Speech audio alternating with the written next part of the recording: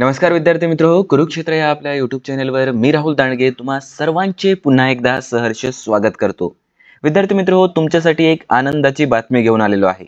जे विद्यार्थी त्यांची 12वीची परीक्षा देत आहेत किंवा काही विद्यार्थी जे त्यांचं ग्रॅज्युएशन पूर्ण करत आहेत, त्यांना जर सावित्रीबाई फुले पुणे विद्यापीठामध्ये पोस्ट ग्रॅज्युएशनसाठी ॲडमिशन घ्यायची असेल किंवा अंडर ग्रॅज्युएट कोर्सेससाठी त्यांना ॲडमिशन घ्यायची असेल किंवा एखादा डिप्लोमा त्यांना सावित्रीबाई फुले पुणे विद्यापीठामधून पूर्ण करायचा असेल, तर त्यासाठी त्यांना ऑनलाईन एंट्रन्स एक्झाम द्यायची असते आणि त्या अगोदर त्यांना ऑनलाईन एंट्रन्स एक्झामचा फॉर्म भरायचा असतो। त्यासाठी सावित्रीबाई फुले पुणे विद्यापीठाकडून एक नोटिफिकेशन निघत असते आणि त्यानुसार त्यांना काही कालावधीमध्ये फॉर्म भरावा लागत असतो। तर तीच नोटिफिकेशन आलेली आहे। तुम्हाला जर सावित्रीबाई फुले पुणे विद्यापीठामध्ये तुमचं शिक्षण पूर्ण करायचं असेल तर तुम्ही हा फॉर्म भरू शकता। ऑनलाईन एंट्रन्स द्यायची, तुम्ही जर पास झाले तर तुम्हाला सावित्रीबाई फुले पुणे विद्यापीठामध्ये शिक्षण घेता येईल। सावित्रीबाई फुले पुणे विद्यापीठाचं वातावरण अगदी चांगलं आहे, कॅम्पस अगदी सुंदर आहे, तुम्हाला हॉस्टेलची सुविधा तिथं पुरवली जाते, 2-2, 3-3 मेस इथं उपलब्ध आहेत, टिफिन सर्व्हिसेस इथं पुरवल्या जातात, जयकर लायब्ररीमध्ये तुम्ही अभ्यास करू शकता आणि डिपार्टमेंट तर तुमचे लयच खास असतात। त्यामुळे तुम्हाला जर सावित्रीबाई फुले पुणे विद्यापीठामध्ये शिक्षण घ्यायचं असेल तर या ऑनलाईन एंट्रन्स एक्झामचा फॉर्म तुम्ही नक्कीच भरा। आता हा फॉर्म तुम्हाला कसा भरायचा आहे, किती तारखेपर्यंत भरायचा आहे, तुमची ऑनलाईन एंट्रन्स एक्झाम कशी होईल याबद्दलची सविस्तर माहिती या व्हिडिओ अंतर्गत मी तुम्हाला देणार आहे, त्यामुळे हा व्हिडिओ शेवटपर्यंत बघा। विद्यार्थी मित्रो, ही नोटिफिकेशन निघालेली आहे। Post graduation, under graduate courses, त्याचबरोबर इंटर डिसिप्लिनरी प्रोग्राम्स असतात, काही डिप्लोमाच असतात, त्याची जर तुम्हाला ॲडमिशन घ्यायची असेल तर त्यासाठी तुम्ही हा ऑनलाईन एंट्रन्स एक्झामचा फॉर्म भरू शकता।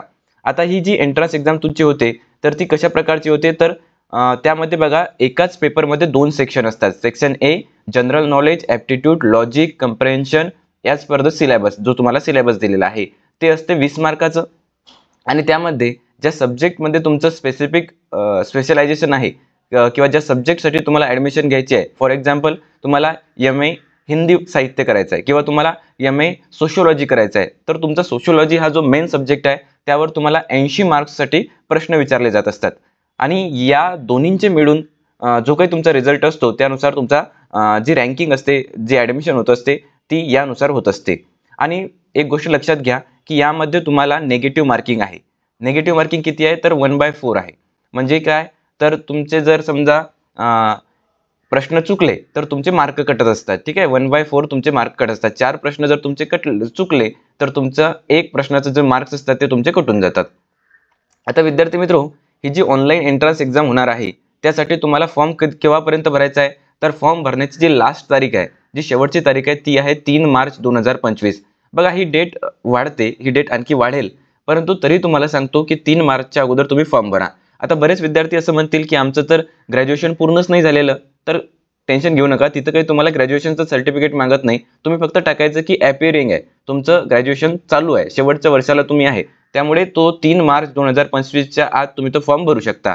आता टेंटेटिव्ह तुमचा शेड्यूल काय आहे एंट्रन्स एक्झामचा, तर त्यांनी असं ठरवलेलं आहे की तुमची 18 मार्च, बघा 18 मार्च 2025 ते 20 मार्च 2025 या दरम्यान तुमची ते एक्झाम घेतील। कोणाची, तर जे पोस्ट ग्रॅज्युएट कोर्सेससाठी ज्यांनी फॉर्म भरलेले आहे त्यांची एक्झाम होईल। विविध जे कोर्सेस असतात त्यांच्या वेगवेगळ्या एक्झाम होत असतात, त्यांना पुणे अंतर्गत विविध सेंटर दिले जातात, तिथं जाऊन त्यांना ती ऑनलाईन एंट्रन्स एक्झाम द्यायची असते।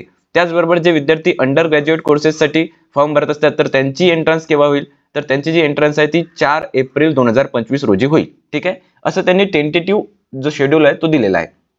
ड्युरेशन काय असेल एक्झामची, तर 2 घंटे ही तुमच्या एक्झामची डेट असेल, ठीक आहे। म्हणजे कालावधी असेल तुमचा 2 घंटे। त्याचबरोबर काय आता बघा, आणि तुमचे जे मार्क्स वगैरे आहे ते ऑनलाईन वेबसाईटवर पब्लिश होतील, तुम्हाला तिथं सगळी काही माहिती मिळेल।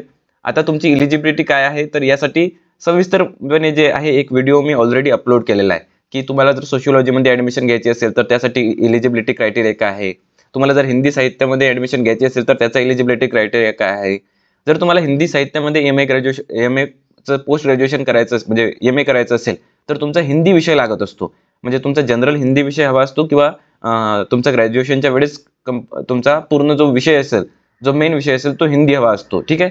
तेव्हा तुम्ही तो फॉर्म भरू शकता, जनरल पण चालत असतो, ठीक आहे।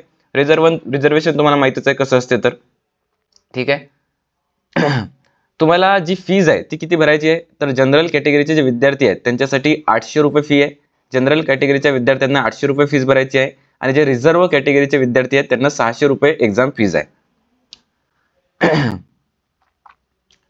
आता हे जे इन्स्ट्रक्शन आहे हे तुम्ही वाचून घ्या. आपले जे टेलिग्राम चॅनल आहे कुरुक्षेत्र कोचिंग इन्स्टिट्यूट हे आपलं टेलिग्राम चॅनल आहे. त्यावर मी ही जी नोटीस आहे ही पाठवणार आहे. तिथं तुम्ही ह्या ज्या काही इन्स्ट्रक्शन आहेत त्या वाचून घ्या, जेणेकरून तुम्हाला सर्व काही माहिती तिथं मिळून जाईल. ठीक आहे. तर ही नोटिफिकेशन होती. जो काही सिलेबस असेल तो सिलेबस तुम्हाला वेबसाईटवर मिळून जाईल आणि इलिजिबिलिटी क्रायटेरिया याच्यावर मी अगोदरच व्हिडिओ बनवलेला आहे. आणि त्याचबरोबर आपल्या टेलिग्राम चॅनलवर मागच्या वर्षी मी जो काही इलिजिबिलिटी क्रायटेरिया असतो त्याची एक PDF सेंड केलेली आहे. हवं तर मी ती PDF पुन्हा सेंड करेल. त्यामुळे तुम्ही आपलं टेलिग्राम चॅनल नक्की जॉईन करा. टेलिग्राम चॅनलची जी लिंक आहे ती या व्हिडिओच्या डिस्क्रिप्शनमध्ये मी तुम्हाला देतो. जाऊन टेलिग्राम चॅनल जॉईन करा. चला तर भेटूया पुढील व्हिडिओमध्ये. तोपर्यंत हसत खेळत अभ्यास करत राहा. धन्यवाद.